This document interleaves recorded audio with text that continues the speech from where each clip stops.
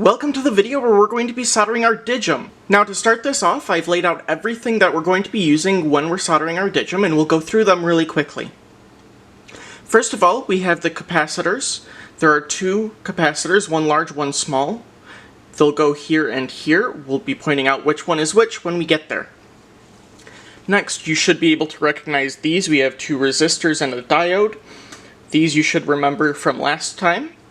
We also have two transistors. These are both the exact same, so it doesn't matter which one you put where. The transistors will go here and here. You should recognize that from last time, although instead of having that little cut-off corner, we actually have this white line which will show where the metal will go on our transistors.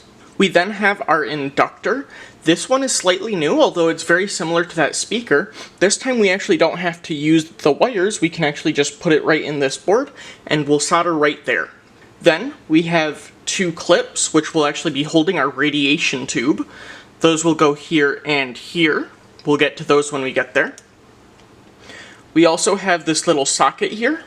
This will go on that big grid of stuff. We actually won't have to solder all of them. We'll just be soldering a few that actually are important and enough to hold them down.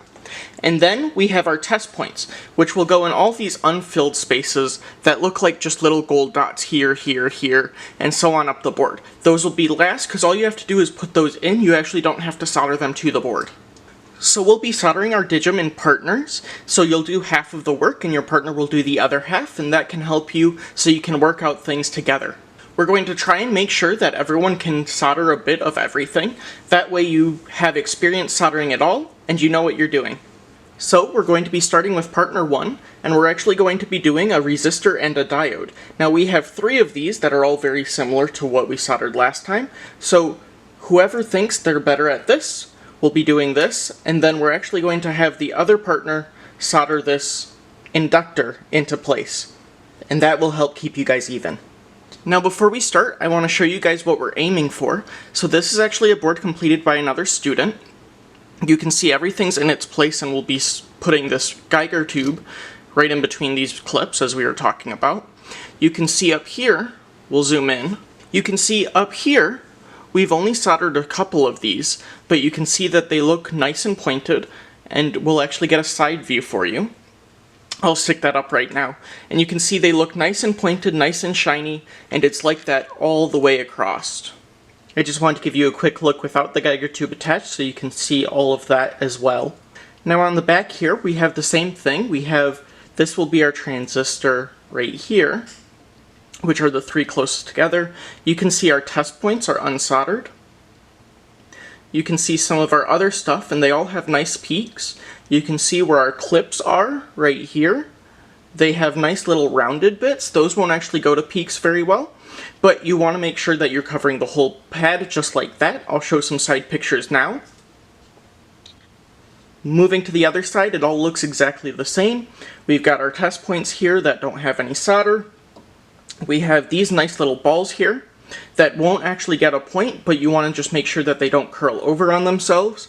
And then you have all these nice little cut pieces forming peaks there. Now let's get into making our board. Now you all remember how we do our resistors. This blue resistor goes down here on this left side. And you remember how we do our diodes. Our diode's going to go over here. Remember, this actually has a slightly different diode picture, but you can see the white line will go with our silver line, as you remember. You'll be putting this in, lifting it up just slightly and folding it over. And then remember, measure it out with your finger, take it, bend it over your finger. You've got that nice little N shape there. That you can put back in each leg, slide it down, and then don't forget you want to fold out the legs on the back side. We'll show those when we get to soldering. Now we're going to be doing the same thing with our blue resistor, as you remember. You can see I actually overshot it a bit. That's going to be a really hard one to bend. So I'm actually going to bend my resistor back up and fold it over a little back further. And that'll allow me to fold it over better. These wires are always easy to just bend back and forth. Don't feel too bad about being rough with them. Then you can put these right in.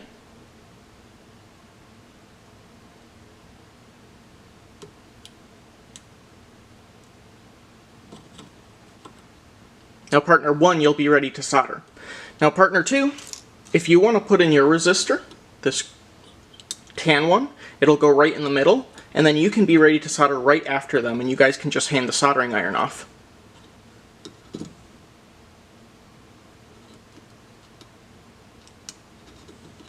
And that way, that'll be ready. Then, we'll go to the back side of the board. Don't forget to fold out these legs. Now you can see these legs are nicely folded out and ready to solder. So, turn on your soldering iron with the switch, and get ready with that solder. Make sure you have a nice long strip of it.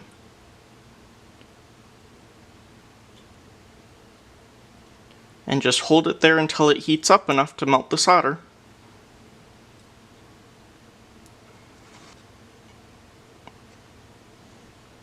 Cool, once we start melting solder, we're going to prep our iron. Remember, we do it like this and then put it in our wires. You can see my wire pot just up there. So we get our nice shiny tip. Partner 1, you're going to be soldering these. So these, you can see the pads are much smaller, so you'll just want to be pressing up against that as close as you can. And if you add a little bit of solder, it should solder just like that. That's why we did our soldering challenge, so we could practice for these smaller pieces. And you can see that fits perfectly. Our diode actually has a slightly larger pad, so we'll be soldering our diode right here.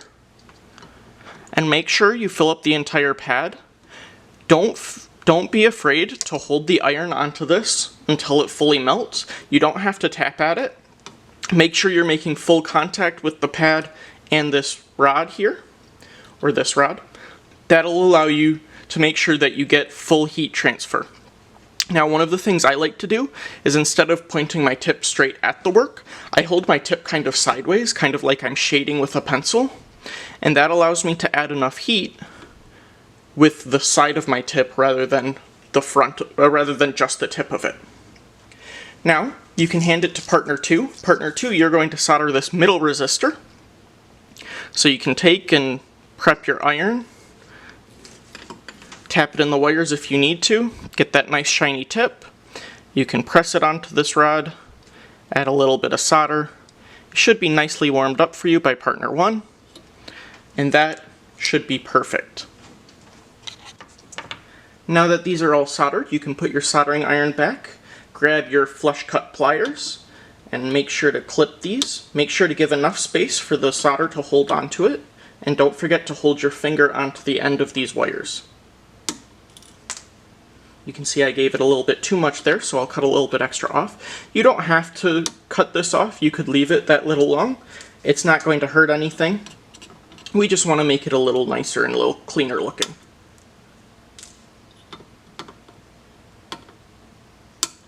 Now, one partner could cut all of these. You'll be cutting a lot of them, so it really doesn't matter if you cut your own. Awesome, and then we're ready for the next step. Now next, each of you is going to be putting in a capacitor, one of these blue guys. Now you'll know that from looking at our original board, from looking at our original board here, that's already done, we can see the smaller capacitor is on C2 here, and the larger capacitor is on C1.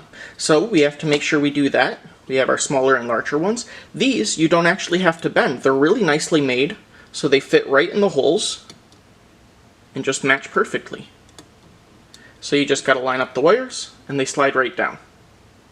Same thing with this one. Line up the wires, slide right into place. Now you'll want to slide them all the way down. I'll give you a picture here. This smaller one won't actually touch, but the larger one will be touching the whole board. This one has some bends in the wires that'll keep it slightly off, but you can see from the picture it'll work just fine. Now make sure to bend the leads out, these wires at the other side, just like we have been before, or else when you flip the board over they'll fall out. And then make sure that they're held all the way down against the board when you're bending them out, and that'll make sure that you get nice contact. Flipping these over, you can see I've bent these leads out from before, so that way they don't fall out.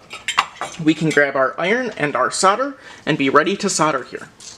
Now partner 1, I'm going to have you solder this middle piece.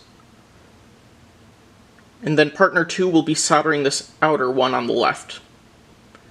So the more central one, partner 1, you're going to solder. Partner 2, you're going to solder this larger capacitor. So as you transfer off, you can hold it here and just add a little bit of solder. This really doesn't take that long.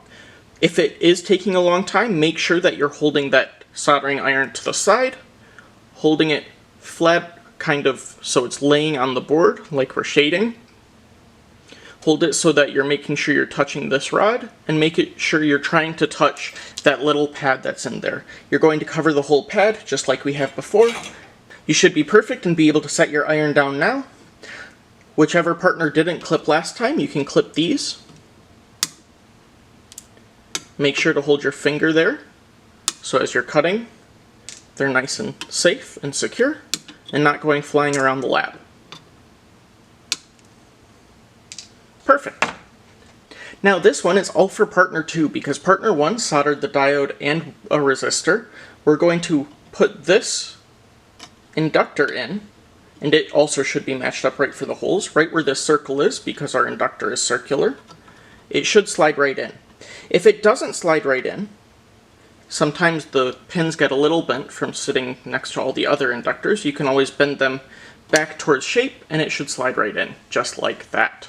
Now, as we flip over this board, this inductor is going to want to fall out, so we're going to have to hold it like we did with some of the other stuff we did. So when we flip this over, you're going to hold the board with this alligator clip from this side.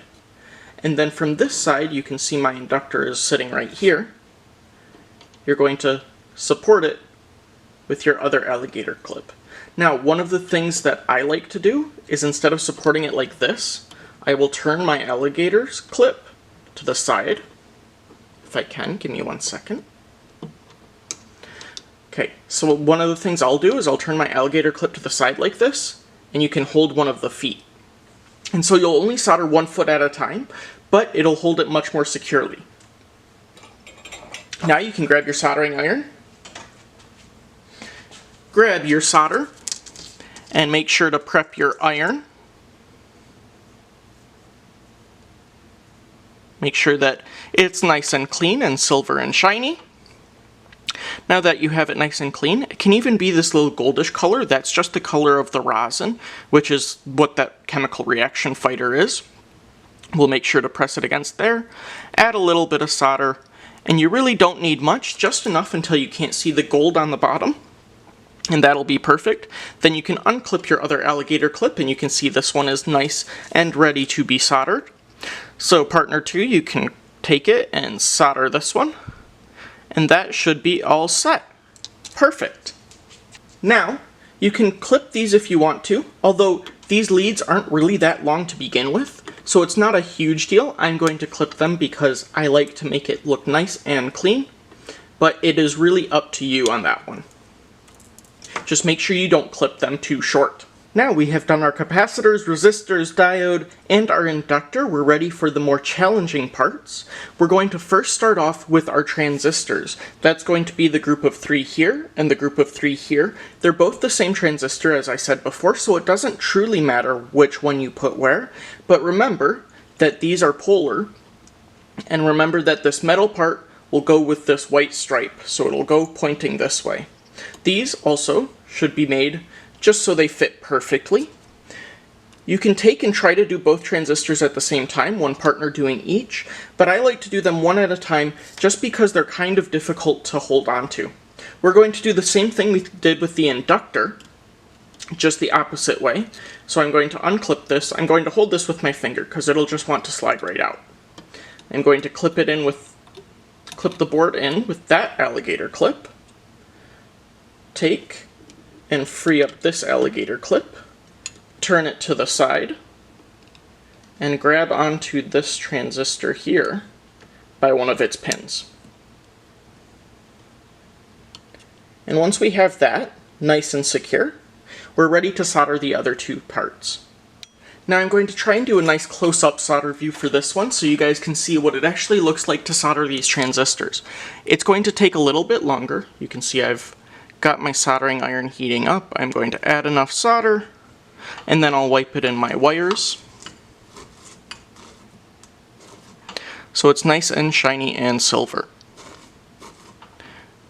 Don't be afraid to double dip.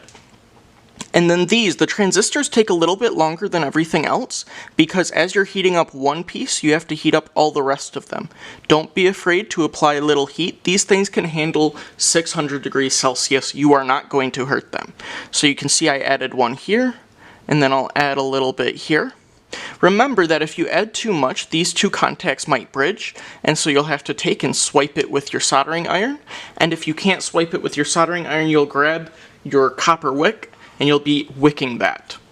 So we can unclip that and clip in the board so that we get this nice view. And now you can see our last one. We'll just be soldering in this last pin here, just like that. Remember, you don't have to add a ton, just enough to get that nice little peak, and that will be all done. You can now take your flush cut pliers and make sure to cut these flush. Try and hold it as level as possible. You'll notice your flush cut pliers will be going up at an angle because they are slightly angled to the way this sits. So you can clip all three of those at once, and they should come off nice and clean.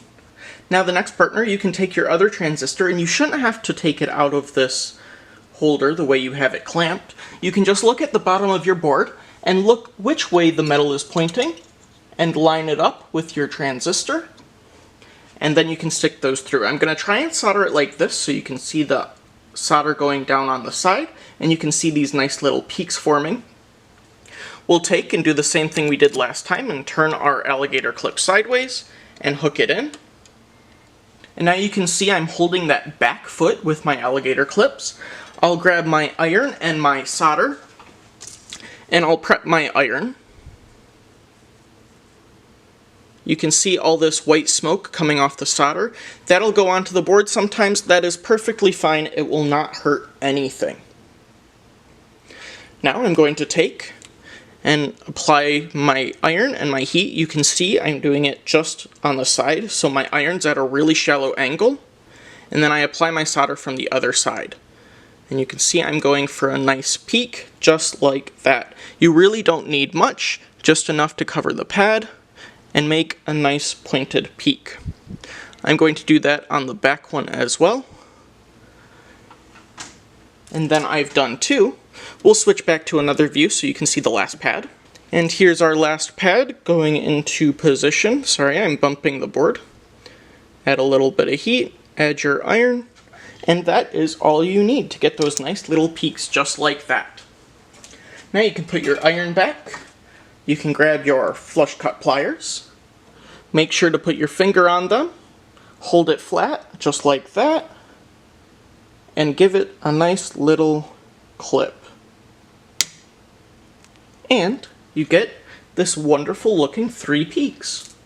Now we're on our second to last soldered board item.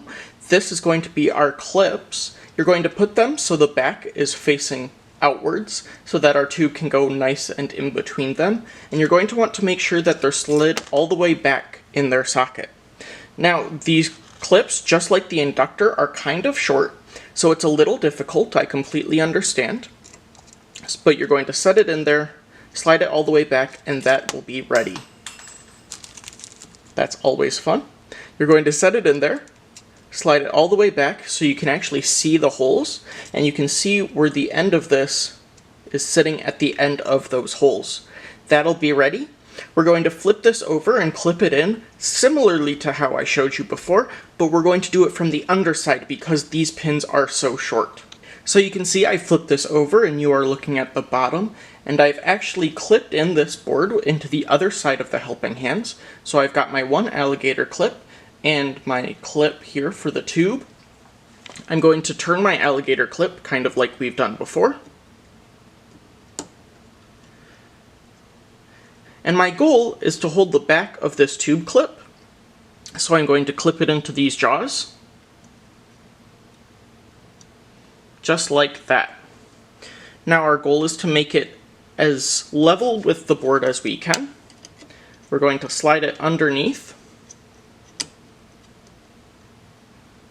and mount it just like that.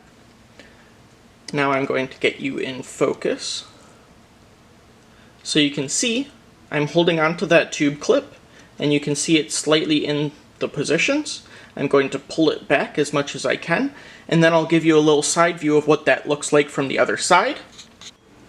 Now I want you to know getting this to sit right might take most of your time, because it is quite frustrating to get it to sit at the correct angle and everything. Once you get it to sit right and you get it like those pictures, we're going to heat up our iron, apply our solder, and make sure to wipe it off so you get it nice and shiny. And then I'm going to go in and make sure I'm touching that pole of the clip and touching the pad, and just add enough solder so we can get it to flow into every part of that pad. You can see it really doesn't want to touch that last little bit of the pad, so I'm going to add a little bit more solder, and that is perfect. Now I can go to this other side, add some heat and some solder, and you can see that has completed perfectly. Now we're ready to go to the other side. Partner 2 you can take over, and we'll be doing the same thing with these battery clips, although we'll just switch sides. Now just like last time, once you get it to sit nicely in there, we can take our soldering iron, and you can see mine's getting a little dark and gray, so I'm going to add some solder and wipe it off.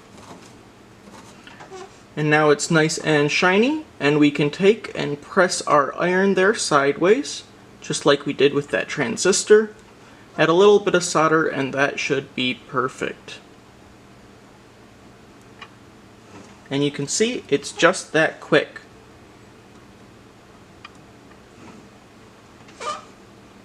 Now I'm going to make sure I add a little bit more solder on this one, because it was giving me a little bit of a hard time, but it should be perfect. Great job. Now looking at it from this side, you can see we are almost actually done. You can see we have our two clips here and here. I want to draw your attention to that you can see the gold plate here. That is perfect. That means you've set it all the way back. If you can't see it, you can flip it over and try and re-solder this. So add a little bit of heat in the front, heat in the back, and just slide it back a little bit. If that doesn't work, you can take your copper wick and set it on there to try and suck up that solder and reposition it. Then we have our two capacitors placed, our two resistors. Our transistors look perfect. Even if they're on an angle, that is perfectly fine. As long as you've soldered all 3 points, that means they will be set. You can actually bend them up, or you can bend them back and forth so that they're straight up if it really bothers you. We have our inductor and our diode. Now we're on to our last bit of soldering, which is this piece, and we'll actually be soldering on the top of the board this time.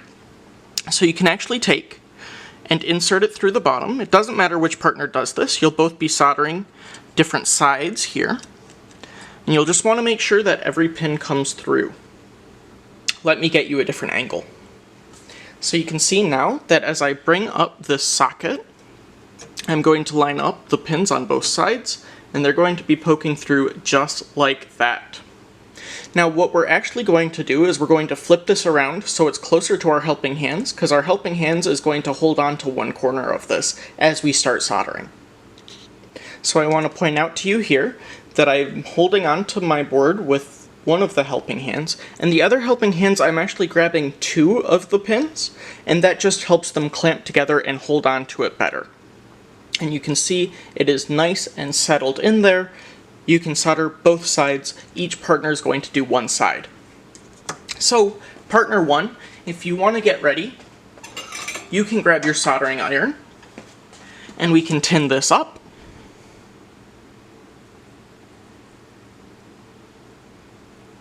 Now remember, this is called tinning or prepping the iron, and you'll wipe that in your wires. Now, partner 1, you're going to come in here from this side, put your iron down, and add a little bit of solder, and just enough to solder that one pin. Let me try and get you a little closer view here. You're going to add your iron, make sure you're making good contact, and add a little bit of solder. And that's all you need to do. You can see it is nice and shiny. Now, you're going to solder this one just to the right of 3.3 volt. You're going to solder the one just to the right of measure, and then we will pass it to the other partner. Now, partner 2, you're going to be starting on the right side here. We're going to tin our iron. If you need to tin it between partners, you shouldn't have to, as this is fairly quick, but in case you do, you can tin it. You will then go to these outside ones and add some solder. Just make sure you are holding it sideways so that you're shading, just like you're shading. And then you're going to take, and you can actually hold it up like a pin here because it's really hard to get in between these pins. And you'll do the one just to the right of the 5 volts, and you'll do the one just to the right of ground, so they should be 3 in a row. And then you're going to do this one just to the right of PWM. And that should be all the solder joints you need to make on this socket. Congratulations, you are actually done soldering now. You can set your soldering iron down and we don't need to clip the ones on the socket. These pins are so small that they really don't matter to clip, and it's going to be much more of a headache to try and clip them than anything else. The last thing we're going to be doing now that we've done our socket is our test points. Now these are really tiny. Make sure you watch out for them. And you're going to see that on one of these test points, on these test points, it should have a head, this little rounded piece, and then it'll actually have this tail, which are these pointed, kind of separated spike pieces.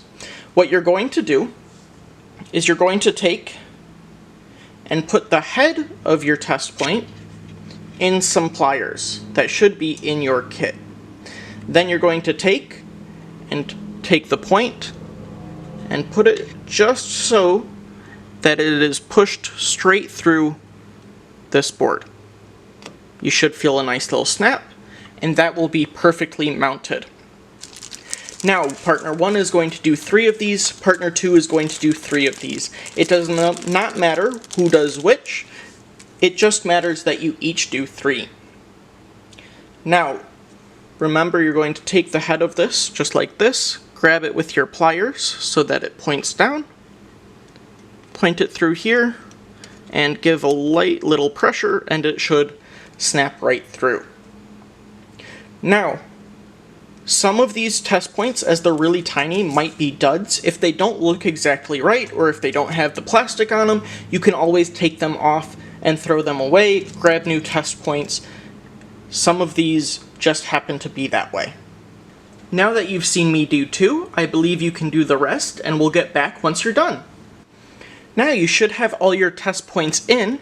That means we've finished the socket, we've done the capacitors, the resistors, the diode and inductor, these transistors. We've done these clips for our Geiger tube. And we've done all our test points. And that should be everything we need to do to finish this DIYgm. Great job! Now I'm going to flip this over so we can get one last look of what it all looks like on the bottom. So you can make sure that you are happy with everything that you've done. So you have these 2 solder joints here, some solder here, and everything looks exactly how it should. You even have this socket ready to go into your Raspberry Pi. That is perfect. Everything is set up exactly how we need it. Great job. The last thing I want to point out is you're going to have this Geiger tube. It may not look exactly like this, but there will be a way to mark which side is positive. You're going to put the positive over here by this inductor. And so these should fit in perfectly and just snap down. If it's a little loose, that is perfectly fine. That's because these clips sometimes get bent outwards. You can just squeeze them together and bend them inwards a little bit, and that will clamp down on your Geiger counter tube much nicer and hold it perfectly in place.